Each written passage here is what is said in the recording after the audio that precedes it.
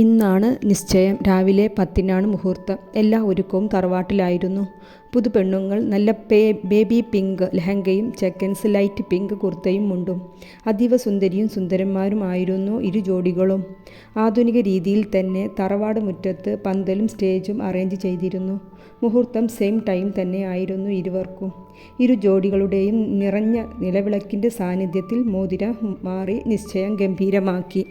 കണ്ണൻ്റെ സഹോദരി പാറു തലേ ദിവസം രാത്രി എത്തി. നിശ്ചയം ഫുഡും അടിയും കഴിഞ്ഞ് രണ്ടു ജോഡികളും രണ്ടു സൈഡിലായി കുറുകിക്കൊണ്ടിരിക്കുമ്പോഴാണ് അവിടേക്ക് പാറുവിൻ്റെ വരവ്. അതെ, നിശ്ചയമേ കഴിഞ്ഞിട്ടുള്ളൂ, കല്യാണം ബാക്കിയുണ്ട്, ഒരു ഡിസ്റ്റൻസ് കീപ്പ് ചെയ്തോളൂ. പാറുവിൻ്റെ വിളിച്ചു പറയൽ കേട്ട് രണ്ട് ജോഡികളും ഞെട്ടി അങ്ങോട്ടേക്ക് നോക്കി. ഇന്നലെ രാത്രി എത്തിയത് കൊണ്ട് നവജോഡികളുടെ കോസ്റ്റ്യൂംസ് ഒന്നും ശരിക്ക് കണ്ടില്ല. പാറു അവരുടെ അടുത്തേക്ക് വന്നു. അമ്മുവിനെയും കിച്ചുവിനെയും ചേർത്ത് പിടിച്ചു. എൻ്റെ മക്കൾക്ക് നല്ലത് വരട്ടെ, അവർ അവരെ അനുഗ്രഹിച്ചു. പാറു ചേച്ചി, മക്കൾ എന്തിയേ? അവർ അകത്തുണ്ട്, ഇങ്ങോട്ട് വരാൻ നിന്നതാണ്. ഞാൻ തടഞ്ഞു. ഇനി വല്ല സീനും ലൈവായി കണ്ടാലോ എന്ന് ഭയന്നു ഞാൻ. പാറു ആക്ഷനൊക്കെ ഇട്ട് പറഞ്ഞു. പോ ചേച്ചി. കിച്ചു പാറുവിനെ അടിക്കാനായി ഓങ്ങി. വേണ്ടാട്ടോ കിച്ചു, ഇനി ഞാൻ നാത്തൂനാണ്. നാത്തൂൻ പോരൊക്കെ തുടങ്ങും ഞാൻ. ഓ, തുടങ്ങിയത് തന്നെ, വല്ലപ്പോഴും കണ്ടാൽ ഭാഗ്യം. കിച്ചു ചുണ്ടുകൂട്ടി. അല്ല, രണ്ടുപേരും പഠിത്തം നിർത്തി കല്യാണം കഴിച്ച് കൂടാനാണോ തീരുമാനം? 5 പേരും തറവാടിൻ്റെ ഒരു സൈഡിലായി ഒരുക്കിയ ലോണിലുള്ള ടേബിളിൻ്റെ ചുറ്റും ഇരിക്കുകയാണ്. പാറുവാണ് ചോദിച്ചത്. ഇവറ്റകൾ രണ്ടും പഠിപ്പിക്കുമെന്നൊക്കെ പറയും, പക്ഷേ മക്കളെ ആണുങ്ങളൊക്കെ കണക്കാ. പെണ്ണിനെ കയ്യിൽ കിട്ടിയാൽ പിന്നെ 10-ാം മാസമേ ഫ്രീ ആക്കൂ. അതിന് ഞങ്ങൾ ഗോപിയേട്ടൻ അല്ലല്ലോ ചേച്ചി. കണ്ണൻ്റെ മറുപടിയായിരുന്നു അത്. ഓ, ഇവിടെ എൻ്റെ ഇറച്ചി തിന്നുകയാണ് അല്ലേ? വർത്തമാനം കേട്ടുകൊണ്ട് ഗോപിയുടെ മറുപടി വന്നു. ആ അളിയ, ഇരിക്കൂ. അടുത്തുള്ള കസേര നീട്ടിക്കൊണ്ട് ഏതോ. പിന്നെ എന്തൊക്കെയാണ് കല്യാണത്തിൻ്റെ പ്ലാനുകൾ? പുതുമോടികളുടെ ഗോപി തിരക്കി. അത് ഏട്ടാ, കല്യാണം ഇവരുടെ ഫൈനൽ എക്സാം കഴിഞ്ഞ് വെക്കേഷനാക്കാമെന്നാണ് ഞങ്ങളുടെ തീരുമാനം. അയ്യോ, ആരുടെ? പെട്ടെന്നാണ് കിച്ചുവിൻ്റെ ശബ്ദം പൊന്തി. അതെന്താ കിച്ചു, കല്യാണം വേണ്ടേ? പാറു ചിരിച്ചുകൊണ്ട് ചോദിച്ചു. കല്യാണമൊക്കെ വേണം, പക്ഷേ. കിച്ചു ഒന്ന് നിർത്തി കണ്ണനെ ഒളിക്കണ്ണിട്ട് നോക്കി. എന്താ ഒരു പക്ഷേ? ഗോപി ആയിരുന്നു ചോദിച്ചത്. അത് പിന്നെ കല്യാണം കഴിഞ്ഞ് 10-ാം മാസം ഫ്രീ ആക്കുകയുള്ളൂ എങ്കിൽ ഞങ്ങളുടെ ഡ്രീംസ് എങ്ങനെ പൂവണിയും? കിച്ചു നഖം കടിച്ചു അമ്മുവിനെ നോക്കി. ആള് പിന്നെ തനിക്ക് പറയാനുള്ളതൊക്കെ പാർട്ട്ണർ പറഞ്ഞോളും എന്ന ധൈര്യത്തിലിരിക്കുകയാണ്. കിച്ചു അമ്മുവിൻ്റെ കാലൊരു ചവിട്ട് കൊടുത്തു. ആ, എൻ്റെ കാല്. അമ്മു ആസ്ഥാനത്തുള്ള ചവിട്ട് കിട്ടിയതും കാറിപ്പൊളിച്ചു. കിച്ചുവിനെ കൂർപ്പിച്ചു നോക്കി. ആട്ടെ, എന്താ നിങ്ങളുടെ ഡ്രീംസ്? പാറു തിരക്കി.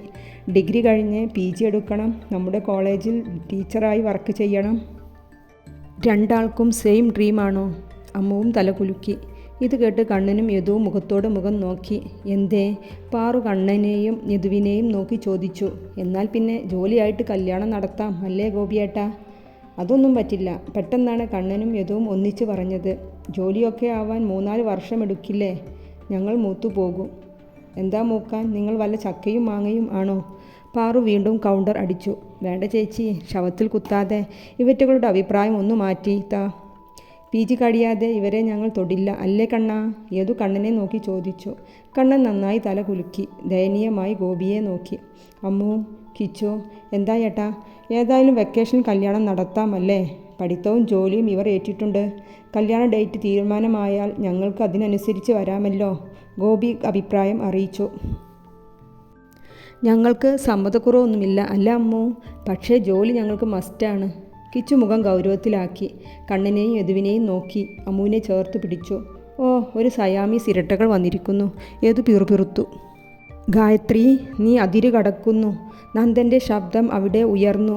കണ്ണൻ്റെയും യദുവിൻ്റെയും നിശ്ചയം അറിഞ്ഞു വന്നതാണ് ഗായത്രിയും ഭർത്താവും മക്കളും. നന്ദേട്ടനോട് ഞാൻ പറഞ്ഞതല്ലേ കണ്ണനെ ഐശ്വര്യമോൾക്ക് ഇഷ്ടമാണെന്ന്. അവൻ അവളുടെ മുറച്ചക്കനല്ലേ? എൻ്റെ ഗായത്രി, നീ ഇങ്ങനെ തുള്ളിയിട്ട് എന്താ കാര്യം? കണ്ണൻ്റെ ഇഷ്ടം കൂടി നോക്കണ്ടേ? നന്ദേട്ടൻ ഒന്നും പറയണ്ട, ഞാൻ അപ്പച്ചിയെ കാണട്ടെ. ഗായത്രി അതും പറഞ്ഞ് ഒന്ന് ഇരിക്കുക പോലും ചെയ്യാതെ ഭർത്താവിനെയും മക്കളെയും കൂട്ടി തറവാട്ടിലേക്ക് പോയി. അയ്യോ നന്ദേട്ടാ, അവിടെ ചെന്ന് ഇനി എന്തൊക്കെയാണ് കാണിച്ചു കൂട്ടുന്നതാവോ? ലച്ചു പേടിയോടെ പറഞ്ഞു. വാ ലച്ചു, തറവാട്ടിലേക്ക് പോവാം. നന്ദനും ലച്ചുവും തറവാട്ടിലേക്ക് ഇറങ്ങി. അമ്മുവും കിച്ചുവും തറവാട്ടിൽ ഫൈനൽ എക്സാമിൻ്റെ പഠിത്തത്തിലാണ്. മുകളിൽ കിച്ചുവിൻ്റെ റൂമിലാണ് ഇരുവരും. കണ്ണനും യദുവും അവരുടെ ബിസിനസ് ആവശ്യമായി പുറത്തു പോയതാണ്. ബാക്കി എല്ലാവരും തറവാട്ടിലുണ്ട്. അപ്പച്ചി, കാർ നിർത്തിയതും ഗായത്രി ചാടിയിറങ്ങി മുത്തശ്ശിയെ വിളിച്ച് അകത്തളത്തിൽ എത്തി. മുത്തശ്ശി കാലിൽ കുഴമ്പിട്ട് ഇരിക്കുകയാണ്. ആ ഗായത്രിയോ, എപ്പോ വന്നു? മുത്തശ്ശി പുഞ്ചിരിയോടെ വിശേഷം തിരക്കി. എന്താ അപ്പച്ചി ഈ അറിഞ്ഞതൊക്കെ? കണ്ണൻ്റെയും യദുവിൻ്റെയും നിശ്ചയം കഴിഞ്ഞു അല്ലേ?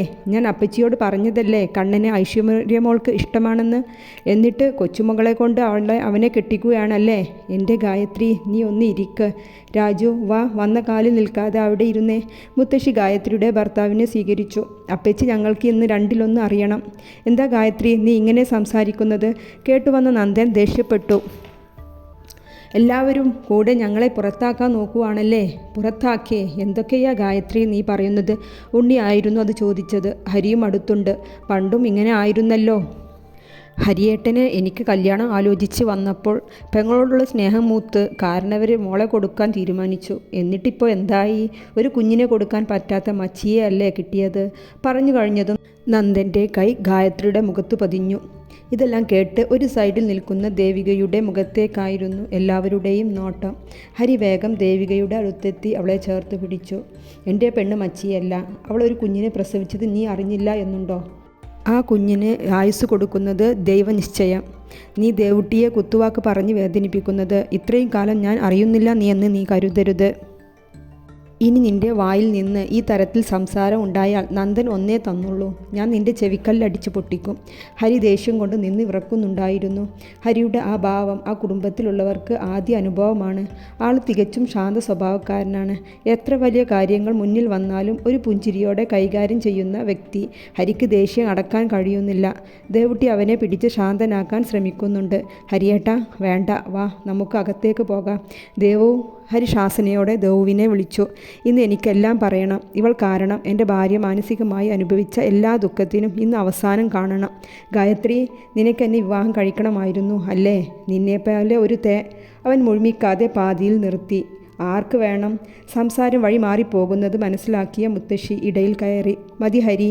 ദേവു, മോളെ ഹരിയെയും കൊണ്ട് അകത്തേക്ക് പോകൂ. താഴെയുള്ള ശബ്ദം കേട്ടാണ് അമ്മുവും കിച്ചുവും പഠനം നിർത്തി താഴേക്ക് വരുന്നത്. അപ്പോഴാണ് ഹരിയുടെ ഈ സംസാരം കേട്ടത്. കിച്ചു, ഹരിമാമ എന്താ ഗായത്രി അപ്പച്ചിയെ പറഞ്ഞേ? എന്താ അത് മുഴുവിക്കാഞ്ഞ്? എടി മണ്ടി, നിനക്ക് മനസ്സിലായില്ല? കിച്ചു വലിയ കാര്യത്തിൽ അമ്മുവിനോട് ചോദിച്ചു. അമ്മു ചുവൽക്ക് ശബ്ദമുണ്ടാക്കി. ഓ അതോ? കിച്ചു അമ്മുവിൻ്റെ ചെവിയിൽ അരികെ സ്വകാര്യം പോലെ ധേയുടെ പൂർണ്ണരൂപം പറഞ്ഞതും അമ്മു കണ്ണും തള്ളി കിച്ചുവിനെ നോക്കി. എന്നിട്ട് ചോദിച്ചു, ശരിയാണോ? അതേ അമ്മു. പണ്ട് കല്ലു ചേച്ചിയുമായി ഗായത്രി അപ്പച്ചി പ്രശ്നമുണ്ടാക്കിയില്ലേ? പാറു ചേച്ചിയുടെ കല്യാണത്തലേന്ന്. നിനക്ക് ഓർമ്മയില്ലേ അമ്മു? അതിപ്പോൾ അമ്മു ആലോചനയിലായി.